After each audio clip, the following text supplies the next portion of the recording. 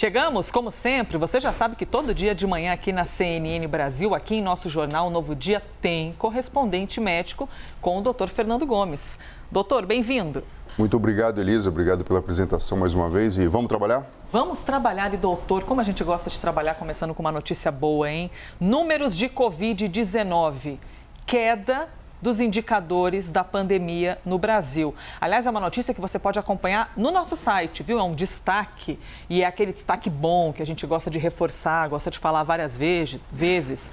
Olha aí o título, Covid-19, agosto foi o mês com o menor número de casos e mortes no Brasil.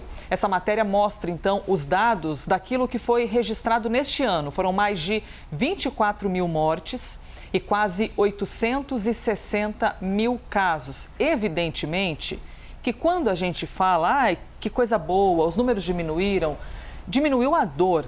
Mas algumas pessoas continuam sentindo dor, não é, doutor? Porque ainda tem gente morrendo, ainda tem gente sofrendo pela doença, mas a gente não pode deixar de considerar esse feito diante de uma pandemia que a gente está vivendo. E mais, no momento em que aproximadamente 60% da população brasileira foi vacinada com a primeira dose. A gente pode já fazer uma conexão direta, doutor, com o número de vacinados e a diminuição progressiva em casos e mortes? Pelo processo histórico, a gente pode fazer essa correlação. É lógico que aqui a gente está comemorando um dado que é bastante importante, a gente comunica a saúde, né? A gente está falando de algo que vem preocupando muito a gente. Então, da mesma forma que a gente alerta quando os números são diferentes, é muito bacana a gente trazer essa resposta, né? Essa atualização para todos os brasileiros que estão nos assistindo. Lembrando sempre que qualquer atitude que a gente pensa em termos de massa, ela geralmente vai refletir 2 semanas depois, pensando que existe toda a questão do contágio, da incubação e da manifestação clínica da doença. Então, o que a gente está vendo aqui é que, de fato, distanciamento social, uso de máscara, a própria evolução da questão da pandemia e da vacinação impactam de forma positiva nos números. Ou seja, não vai existir uma virada súbita, mas aqui a gente pode dizer o seguinte, a resistência está vencendo. O nosso comportamento e principalmente a atitude, não simplesmente passiva, mas ativa mesmo da vacinação, está mostrando resultados. Doutor, a gente trouxe em uma das notícias do jornal que pessoas estão voltando com uma frequência maior a frequentar bares, restaurantes, e isso acaba ocorrendo principalmente com os jovens. A gente tem podido ver, então, no nosso comportamento diário, essa transformação com a retomada da economia, os ambientes sendo abertos. Por um lado, traz uma satisfação, mas por outro lado a gente pensa, puxa vida, mas será que abrir tudo assim, todo mundo reunido, não pode resultar em um problema? Aí a gente lembra da variante Delta. Então a gente tem que ficar naquele equilíbrio, né, de comemorar a queda, mas ao mesmo tempo não baixar a guarda. Sim, a gente pode pegar até um outro exemplo aqui para refrescar ainda mais a memória de todo mundo. Israel fez tudo tão bacana, tão direitinho, tão rapidamente e mesmo assim precisou tomar um cuidado adicional depois. Porque nós sabemos que existe uma falsa sensação de segurança. Como eu falei aqui, a gente comemora a vitória de alguma coisa que aconteceu 2 semanas atrás, o que está acontecendo de uma forma positiva. Qualquer descuido não vai ser de repente que vai acontecer. Você vai sair aí, vai fazer as coisas de uma forma diferente, como se fosse normal, vai voltar para casa e vai estar tudo bem. O problema acaba acontecendo depois. E isso não só do ponto de vista individual, mas do ponto de vista populacional e de números. Então, assim, acho que a gente pode comemorar sim, mas mostrando que estamos no caminho adequado, com muito cuidado em relação a todo esse retorno, porque, assim, acontecendo o retorno, é preciso muita maturidade e compromisso de todo mundo para a gente zelar por a nossa saúde aí e pela questão sanitária como um todo. Torcemos por mais manchetes como essa aqui do site da CNN Brasil. Participe comentando aqui do nosso quadro, viu? E principalmente desse próximo assunto, eu estou falando com vocês e mexendo no celular porque fiz uma pergunta pelo Twitter, perguntei aqui, você tem crianças em casa? E na hora do videogame, do joguinho pelo celular, você tem dificuldade em conseguir controlar? A criança sempre quer mais e você fica ali articulando de que maneira vou conseguir diminuir essa frequência da criança em frente às telas? Por que eu estou te perguntando isso? Aliás, responda, viu? Hashtag correspondente médico, você pode participar. A gente está falando disso porque nesta semana o governo da China lançou uma regra para tentar impedir que os jovens fiquem viciados nos jogos. Por lá, as crianças poderão jogar no máximo 3 horas de videogame por semana. E só vão poder acessar essa diversão, esses jogos, quando for sexta, ou sábado, ou domingo. Evidentemente que uma medida como essa gerou polêmica, reação das empresas, reação dos consumidores e da comunidade médica, porque sempre tem essa pergunta: qual é o limite? O limite deve ser imposto para essa criança? A criança naturalmente não entende? E mais, jogar videogame pode fazer mal ou não pode? Doutor Fernando, como controlar o prazer? Porque para a criança ou para o jovem, isso é sinônimo de prazer. Como limitar isso? Seria por dia? Seria por tempo? Não tem jeito. Se você não tem um adulto gerenciando isso, a forma que é oferecido, o conteúdo e a quantidade de tempo que a pessoa destina para aquilo, a pessoa está falando, a pessoinha, a criança, a gente acaba ficando, na verdade, à deriva de uma coisa chamada circuito de recompensa cerebral. É lógico que é extremamente desafiador, gostoso, puxa a atenção, o próprio jogo ele acaba sendo frenético e traz recompensas imediatas, então a criança fica grudada na tela. Mas existem diversas coisas do mundo físico real que precisam ser levadas em consideração, como, por exemplo, a boa alimentação, atividades que, obviamente, venham ter contato com ar livre, com coisas relacionadas com a própria força da gravidade. Então, ou seja, as crianças precisam brincar, precisam usar o músculo, precisam, na verdade, interagir com as outras pessoas através de métodos naturais. Por que a gente fala isso? A criança que joga ali 1, 2 horas sob supervisão, ou pelo menos entendendo que aquilo não é a vida dela, ok, ela só tira benefícios disso. Porque, de alguma forma, também você está trazendo para a criança o contato com a tecnologia. Quem sabe jogar videogame, provavelmente no futuro também vai saber fazer outras coisas relacionadas com o mundo digital. O problema é quando você faz uma inversão de papel.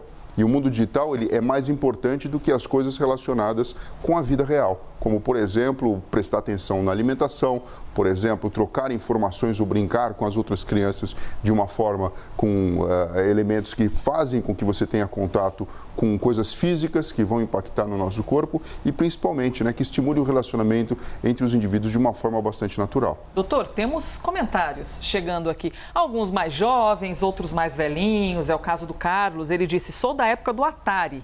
Quem nunca, hein? Atari e telejogos. O meu pai era firme. Eu só podia jogar no fim de semana e se a lição de casa para segunda-feira estivesse pronta e bem feita.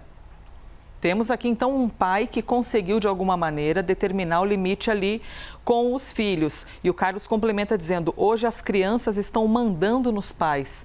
Essa é uma outra questão, é o equilíbrio, né? Porque quem foi criado debaixo de muita regra tem a impressão de que as crianças estão com muita autonomia, muita autoridade. Mas, ao mesmo tempo, numa criação mais permissiva, é importante compreender também que a criança é um ser humano, que merece atenção, que merece ser ouvida.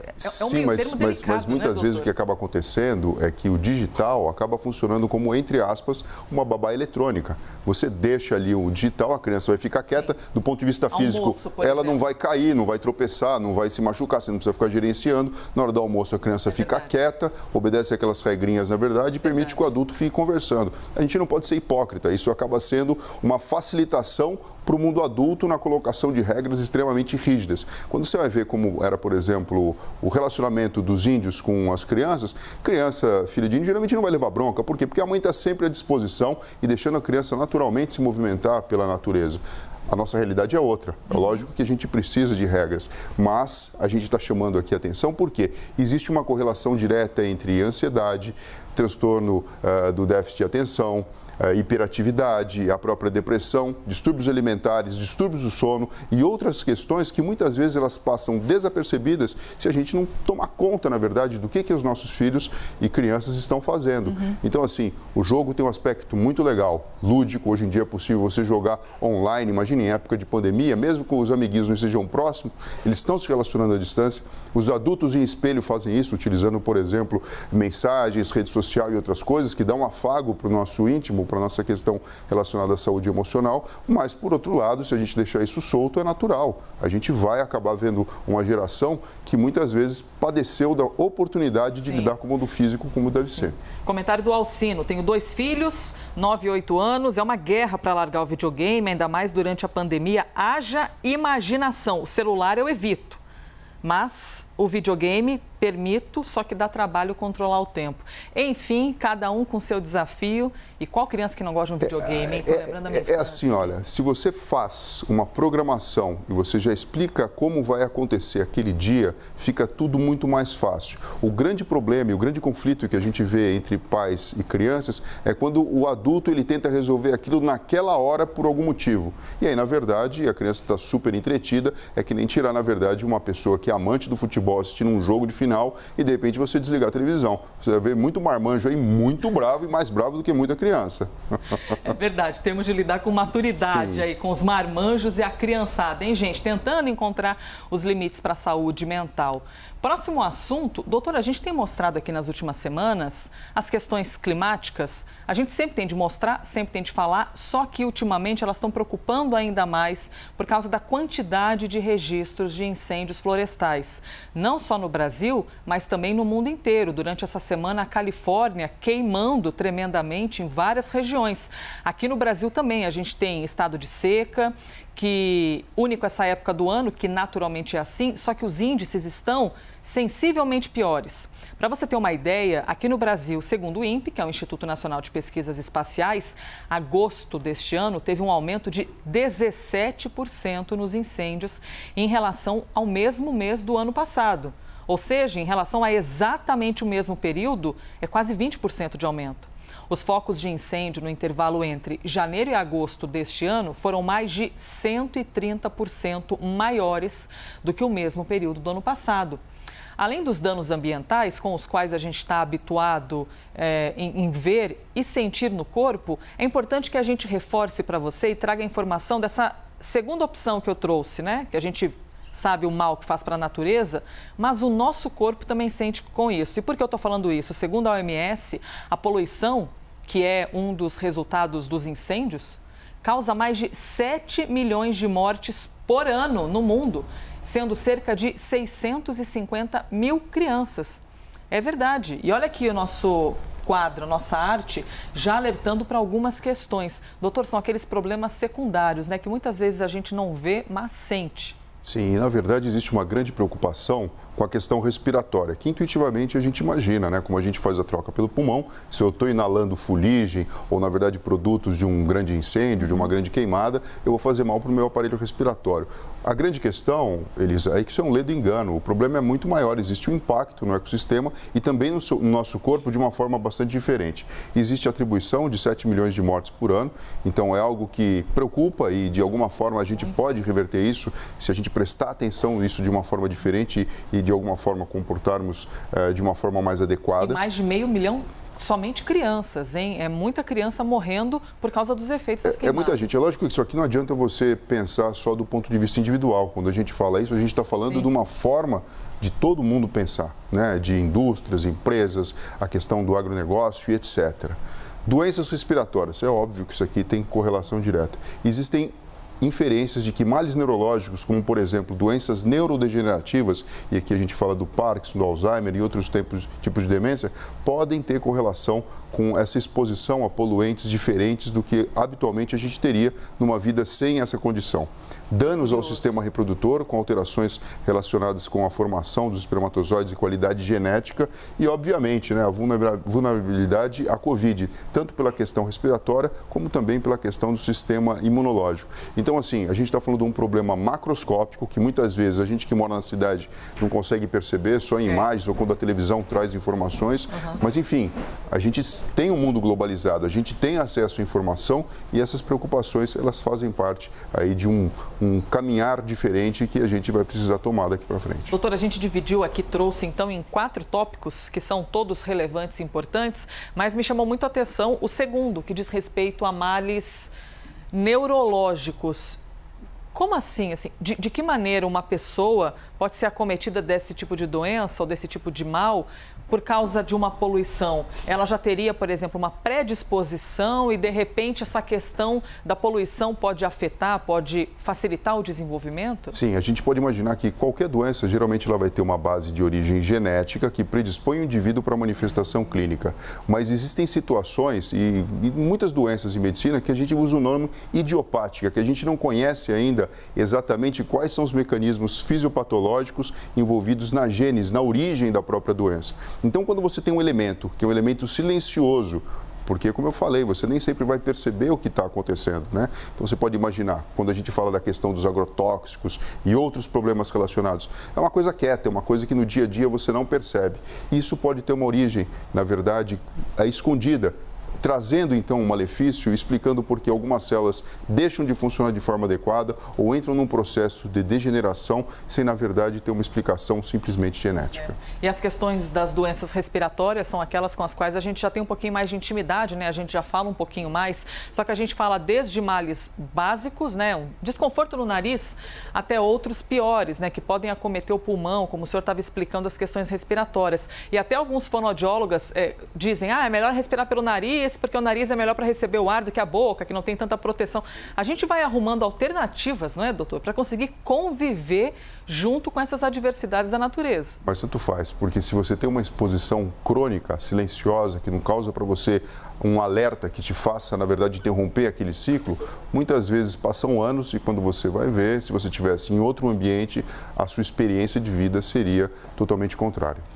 Doutor Fernando Gomes, chegamos ao fim do tempo. Eu ia tentar caçar aqui algum comentário, mas ao vivo coisas acontecem, a gente se enrola.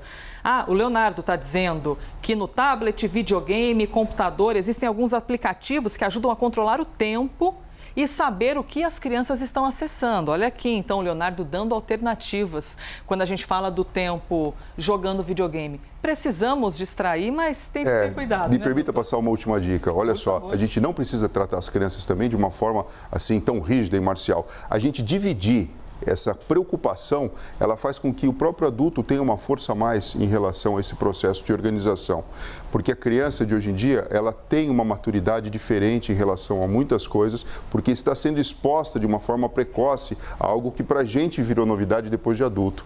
Então, dividir essa preocupação, o motivo pelo qual, na verdade, você está se preocupando com que aquela utilização, ou do videogame, ou então, enfim, do próprio eletrônico, tenha que ser dessa forma. Isso faz com que a gente divida responsabilidades, obviamente respeitando aí a hierarquia, né, da responsabilidade dos pais para com os filhos, mas na verdade trazendo saúde para o indivíduo pequenininho, informação e para toda a família. Conversar, dialogar, não é, doutor Fernando Gomes? Sempre muito importante.